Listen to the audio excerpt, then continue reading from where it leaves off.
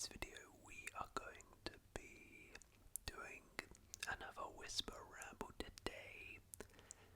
I'm going to be talking about the 2025 summer transfer window and the latest news.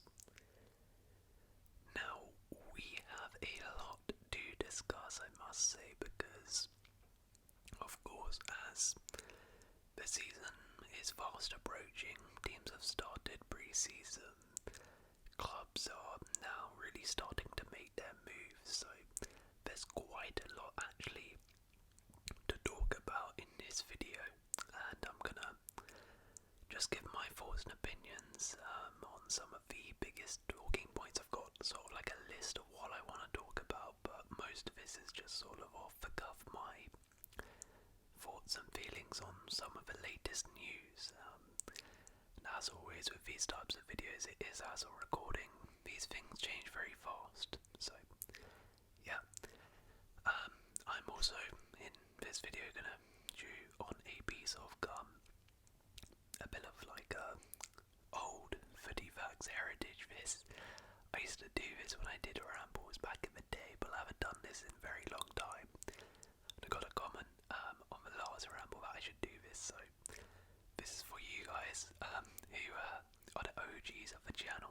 Let me know if you remember when I used to do these with like mukbangs and stuff, but yeah, don't worry if you don't like gum chewing, apologies, but pop it in now.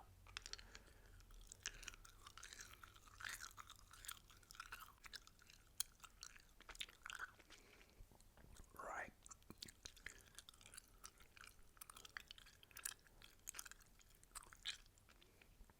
So I think the first place to start is actually where we started in this same video, like 2 weeks ago now.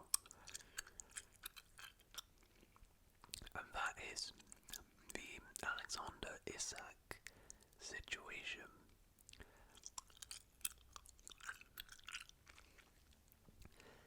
Now, it seems, again, as a recording, this is one which very much will probably change by the time you see this, but Liverpool are still very keen on signing Alexander Isak. He has not joined them on pre-season, as he has told them he wants to leave for Liverpool. And Liverpool have submitted a £120 million bid for Isak, plus add-ons that has been rejected by Newcastle. But it is thought Liverpool will go back in again for him.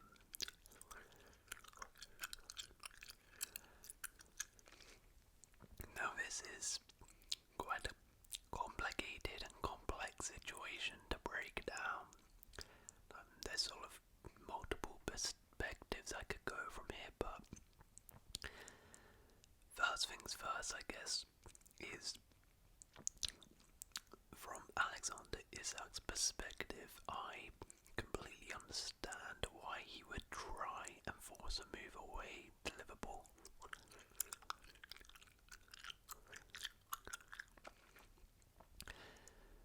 Although I do feel that maybe he could have done this a little bit sooner. You know, the whole telling Newcastle he wanted to leave, I mean, maybe he did, but at least publicly, this knowledge only came out after they had signed Hugo Ekitike. Felt like if he had sort of made it clear from the start that he wanted to leave and wanted to join Liverpool, you know, maybe Liverpool would have pursued him and let Newcastle get Hugo Ekitike, and Newcastle may have been more willing to let him go.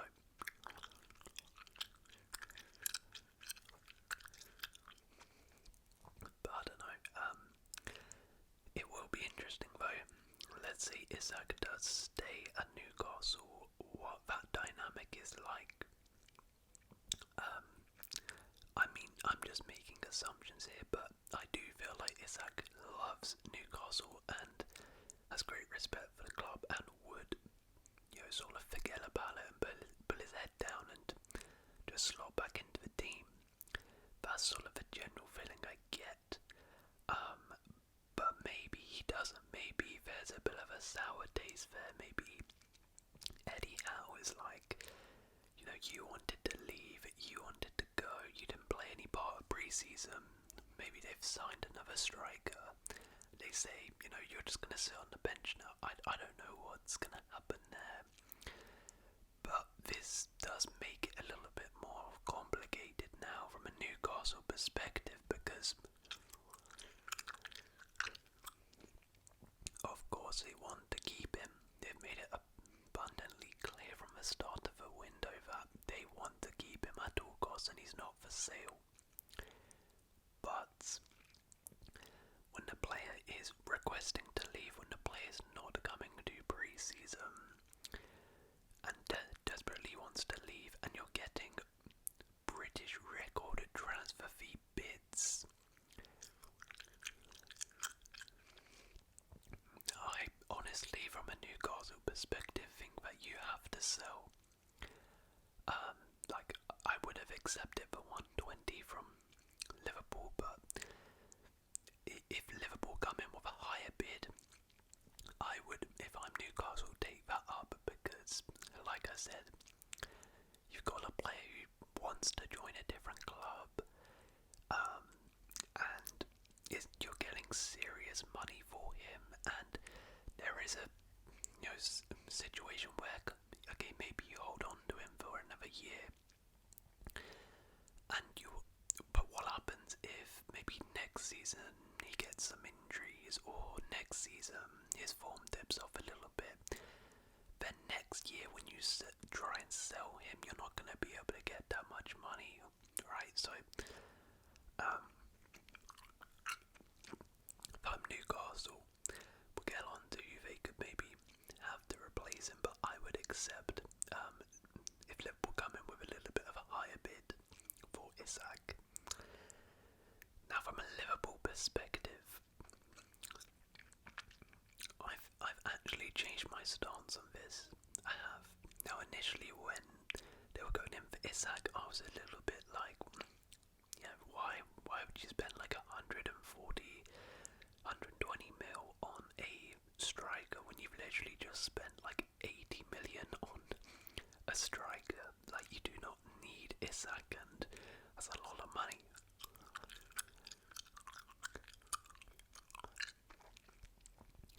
And while those points are still true, Liverpool don't need Isak.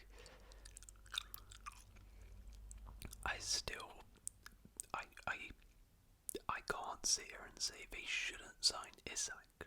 Like, I can't do that, because the way I sort of see it is it's a little bit similar to the third situation where did Liverpool desperately need Florian Wirtz? No, they did not.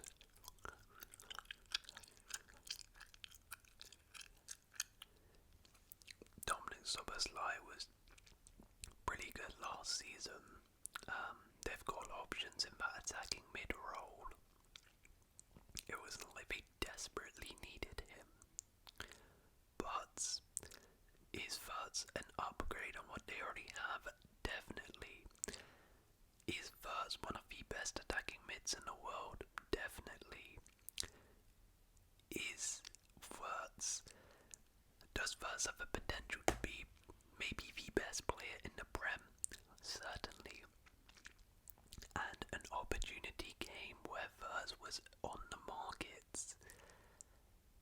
And I said when Liverpool signed him, like, it's a lot of money, but you don't pass up the opportunity when someone like Florian Wirtz is on the market and available. You don't pass that opportunity up.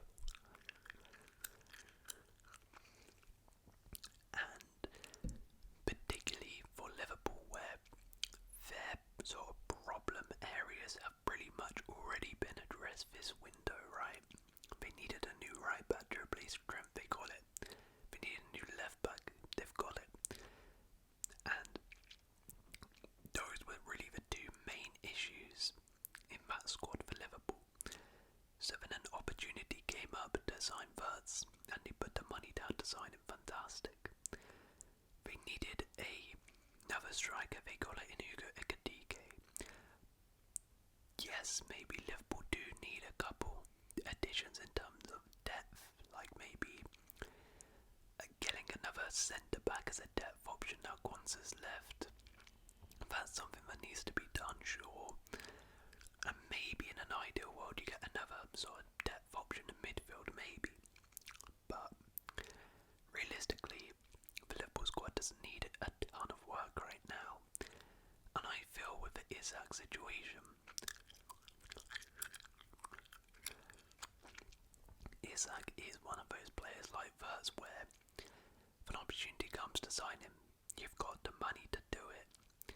And you don't desperately need work in other areas of your squad. I think you make it happen because I don't think you can pass up the opportunity to sign Isak where he is one of the best strikers in the Prem. He could be maybe the best striker in the world at one point. And it's a lot of money for sure, but like with a Verts thing, if there's an opportunity to sign him, you do it, right? And let's be real, actually, Liverpool need another striker because Hugo Ekitike has come in for sure. And I think he'll do alright, but with the death of Jota and that basically, we'll get on to it, but Diaz leaving as well, that means Ekitike and Núñez are the only two strikers in the squad, and Darwin Núñez will most likely leave, or at least should leave, because, I mean, that guy's, I think his time at Liverpool's done.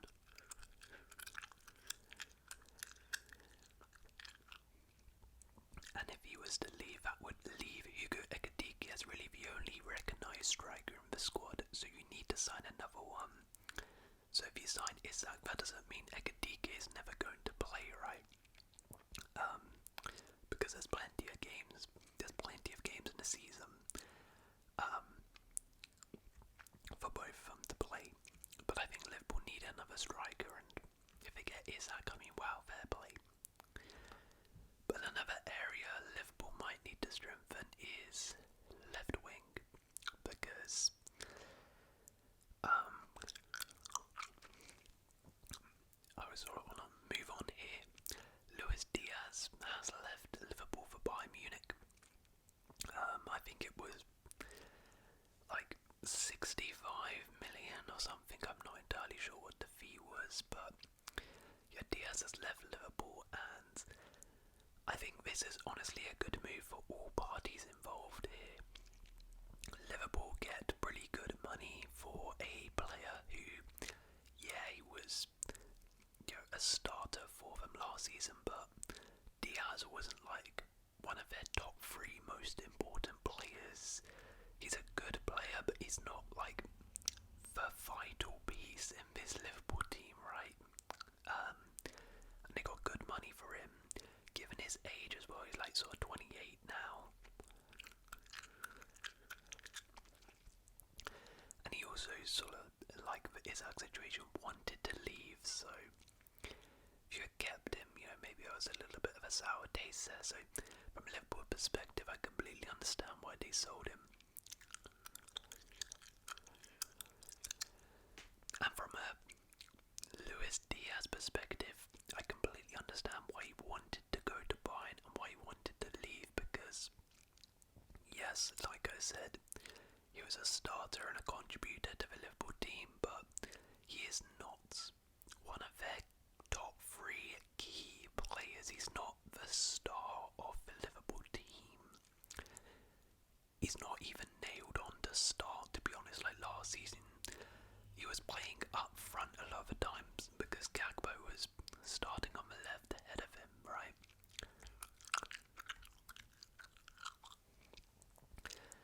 Now moving to Bayern, Diaz will be the main guy on the left. He is going to be their left winger. He will be starting almost every game on the left wing for them.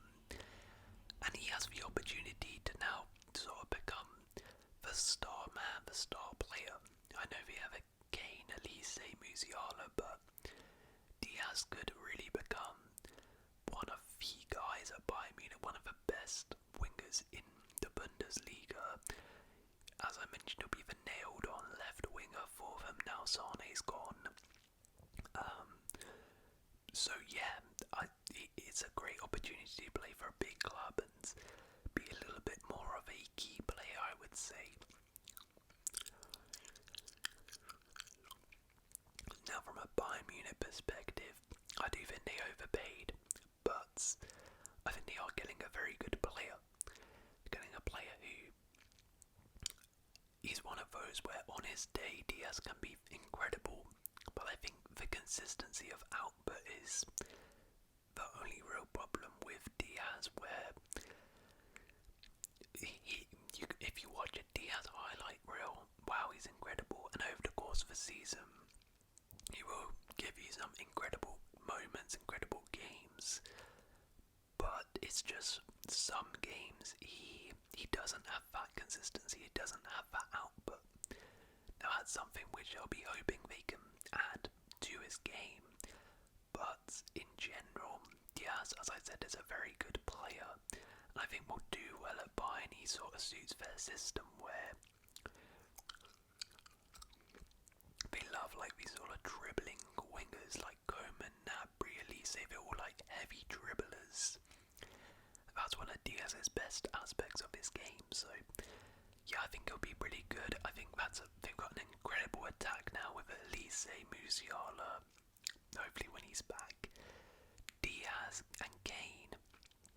Very scary attack, and we'll see how he does in Germany.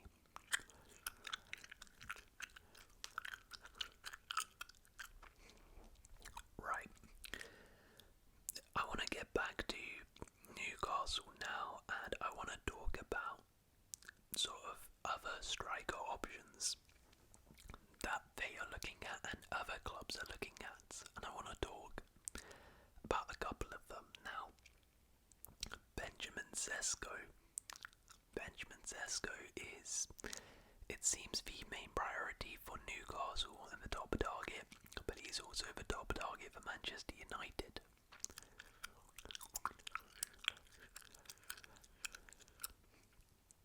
Now, I think, firstly I'll look at it from this perspective, is if I'm Sesko, who would I join, Man United or Newcastle? Well, I mean, there's two ways to look at this. You could on the one hand say, if I go to Newcastle, I can be the next Isak, I can be the star guy, I can be the main man who the fans adore, and I could potentially be, in a couple years, like Isak, getting £150 million moves to pretty much any club in the world. And I will also be playing Champions League football next season. However,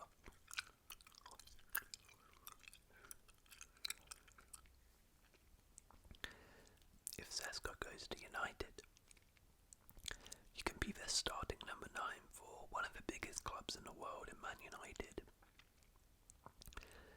You will probably be on a higher wage, and you could be part of that team that gets United back to the top. However, you will be playing in probably a worse team. You won't be playing in the Champions League next season as well. And we've also seen the way players like Rasmus Højlund, who joined at a similar age for a similar fee, have developed and fared at United, so it could be a little bit of a toxic environment, and you could potentially stagnate at United like many players have in the past. It's a very unstable environment.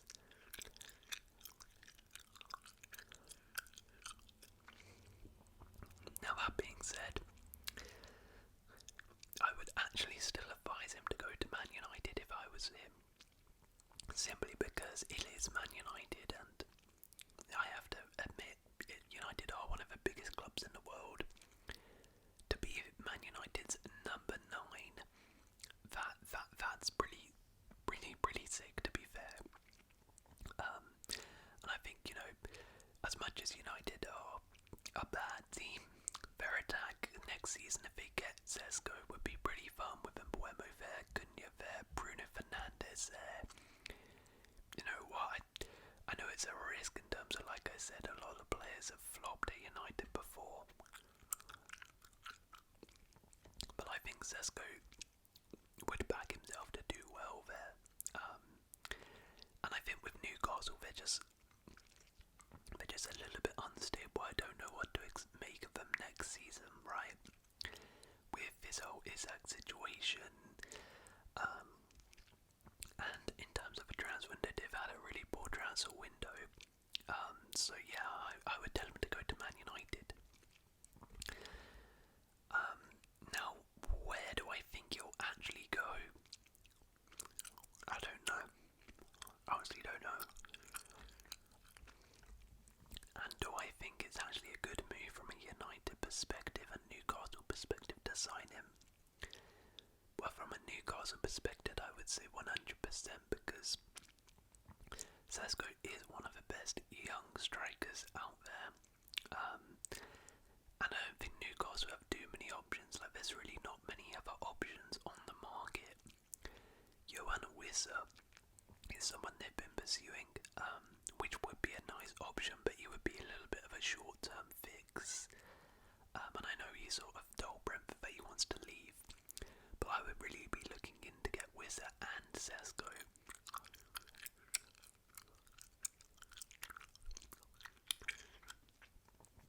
Because I think from a Newcastle perspective, he has some real potential, and he could be the next Isak. So I think it'll make sense for Newcastle. For United, I have a little bit more doubts, just because United are in such a mess right now. But what they've done with Mbuemo and Cunha, they've signed players who are a little bit more experienced, a little bit more proven, who can hopefully elevate them from being a relegation candidate to a top 6 contender. But Benjamin Sesko is still raw. He's still very young. He has done well at Leipzig, but he's not been amazing. So, United maybe would probably want a little bit more of a proven, experienced striker. Someone like Ollie Watkins, who's been linked, maybe would make a little bit more sense for them in terms of boosting them up, because United need massive improvements this season. They can't really be investing in potential because they need their team right now to improve because of how bad they were last season. And Sesko, as I said, is still raw, he's still developing, so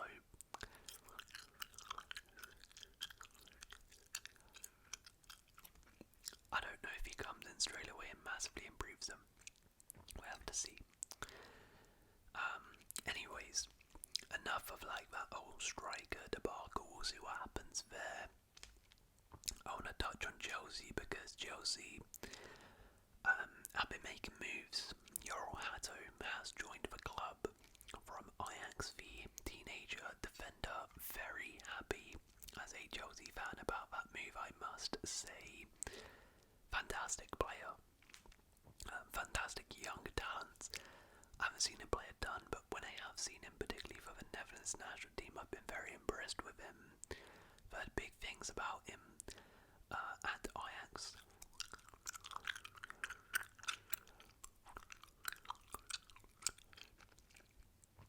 He's sort of been touted for some big moves the last couple years. He's made that move now. He's a centre-back who can also play left-back. That is exactly what we needed. We needed some backup for Marc Cucurella. I think Hato can provide that. Can also provide some cover at centre-back. Not the biggest fee in the world. Very young, has good potential. And unlike the 18-year-olds we sign, Hato does actually have a lot of experience playing at a decent level, playing at Ajax. He's played at Ajax for the last 2 seasons now as a regular starter and key player, so I have no issues with this signing. I'm very happy about it.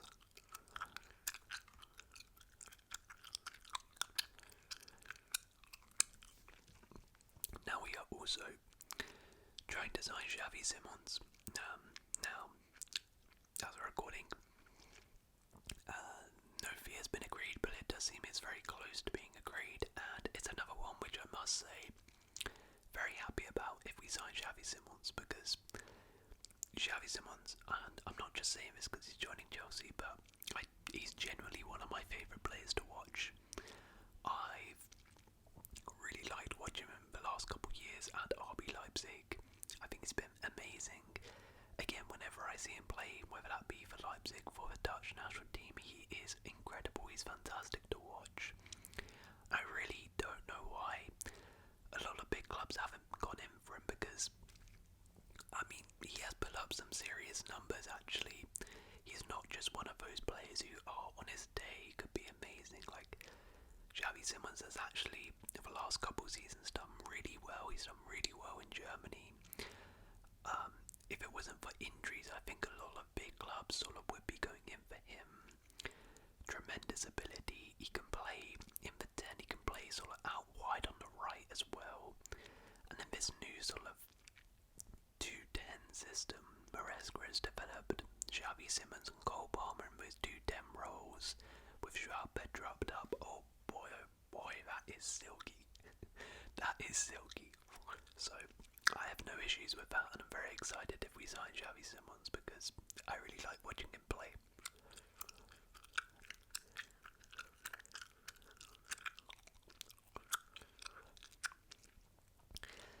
Now, we have also been linked to Alejandro Garnacho, which I'm less excited about.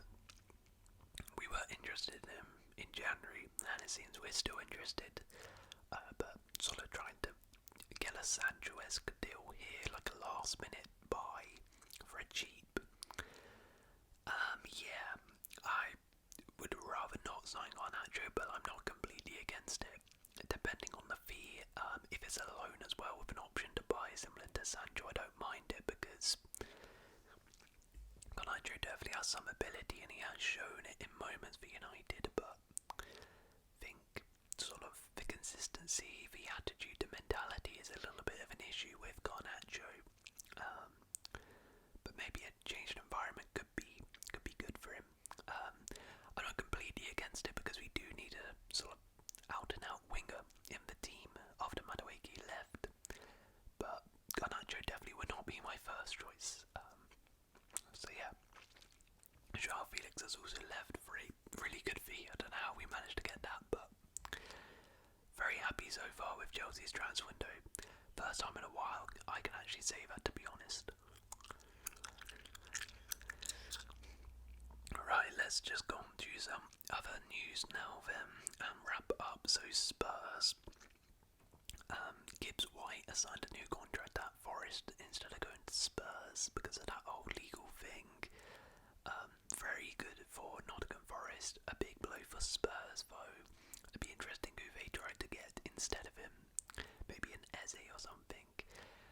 But they have signed Joao Palhinha from Bayern Munich on a loan with an option to buy.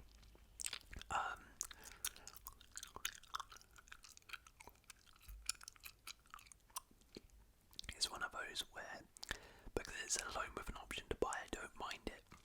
Spurs needed a DM, so on a loan option to buy, not bad, but I'm not sure Joao Palhinha is going to be the best fit for them stylistically. Palhinha is very much a defensive midfielder, like he's not amazing on the ball, but his tackling interception numbers, as we saw at Fulham, were fantastic. But his lack of on-the-ball ability is why he struggled in that possession-based system at Bayern Munich. And he is on the older side, but he has done it in the Premier League before with Fulham. If they can get him to his best, just as a defensive-minded midfielder, he could be good.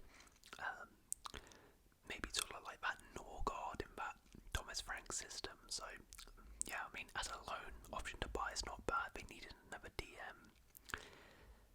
PSG, there is quite a bit going on there. So Elias Abanye looks like that deal probably will happen. There's sort of a goalkeeping saga going on with Donnarumma.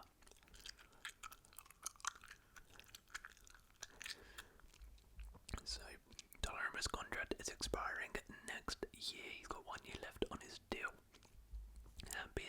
and their contract negotiations with him have stalled significantly, and that has led to PSG actually sort of doing a bit of a power play to Donnarumma and saying, you know what, we don't particularly care that you are very good in the Champions League.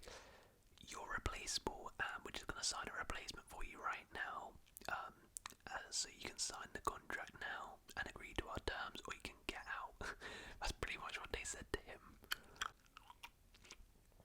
So they've signed Lucas Chevalier from Lille as his replacement, which is a fantastic buy, by the way. He was incredible for Lille. He's one of the best sort of up-and-coming goalkeepers in League 1. And now Donnarumma has been linked away to a couple clubs, Chelsea and Man United, but not really anything there. I mean, as a Chelsea fan, please, Chelsea go in for him. And also, I'm sure a lot of United fans would love that because we both need keepers. But also Galatasaray, which would be crazy. I mean, they're making some serious moves over in Turkey, but I don't know what's going to happen with Donnarumma. It looks like he might potentially be leaving. We'll see. We'll see what happens there. Elsewhere, Garnacho has officially joined Sunderland. Such a random move. Mark Q has also joined them on loan, which hopefully he's got a lot of ability as a Chelsea fan. Hopefully he does well there. Everton have been making some really fun moves, I must say. I really like their new transfer strategy. Before, of course, they just had like a bunch of old head 35-year-olds playing for them, but now they've gone the complete opposite route and they're signing some really exciting youngsters. They've signed, obviously, Diaz Barry from Villarreal.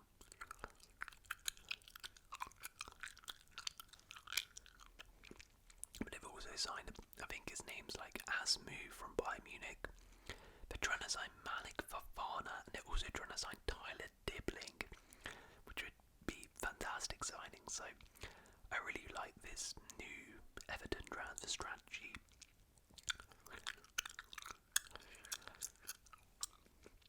Speaking of their transfer strategy, I mean, they have been a little bit linked to Jack Grealish, but Grealish and Sterling have been linked to Napoli, which would be pretty random, but I reckon under Conte loves a career revival. Victor Moses at Chelsea, Scott McTominay at Napoli, Lukaku at Inter, he loves it. So maybe he could do the same with Sterling or Grealish. Lucas Paquetá has been cleared of his betting charges. He beat the case. I'm not entirely sure how, but fair play. And that should be interesting. It's a great one for West Ham. Potentially he could be back on the market now he's been cleared of his charges. Maybe that's one to watch out for. Maybe a couple clubs could be going in for him. Maybe Spurs, now they missed out on Gibbs White, could go in for him.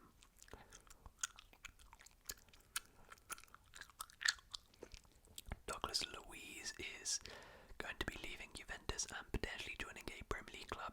I think Forest and Everton are interested in him. Would be very good signings. Thomas Muller has gone to the MLS in Vancouver Whitecaps. Fair play. Gonna enjoy his retirement there. And I think that's really about it. That's most of the stuff I wanted to cover in this video. So yeah, hope you guys did enjoy. And if you guys have enjoyed it, please do leave a like. Consider subscribing.